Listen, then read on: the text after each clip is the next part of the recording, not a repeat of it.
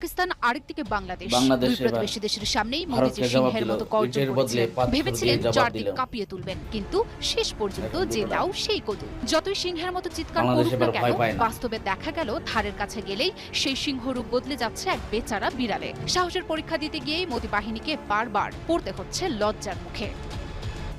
দিনাজপুরের বিরলে ধান কেটে ফেরার সময় দুই বাংলাদেশি কৃষককে ধরে নিয়ে যায় বিএসএফ। ভাবে বোধহয় বাংলাদেশের মানুষ চুপচাপ থাকবে। দেখতে না দেখতেই বাংলাদেশের চুপ সাহসী থাকবে না। জনগণ ইটের জবাব পাথর দিয়ে ফিরিয়ে দিল। দুই ভারতীয় নাগরিককে ধরে এনে বুঝিয়ে দিল এখন আর আগের সেই বাংলাদেশ নেই। বাংলাদেশে স্বার্থ বিরোধী কোনো চুক্তি বা প্রকল্প আর চলবে না। এই ঘোষণার পর সরকার একযোগে ত্রিপুরা চট্টগ্রাম রেল সংযোগ প্রকল্প, আশুগঞ্জ আগরতলা করিডোর প্রকল্প সহ ভারতের সঙ্গে সম্পৃক্ত 10টি বড় প্রকল্প বাতিল করার সিদ্ধান্ত নেয়।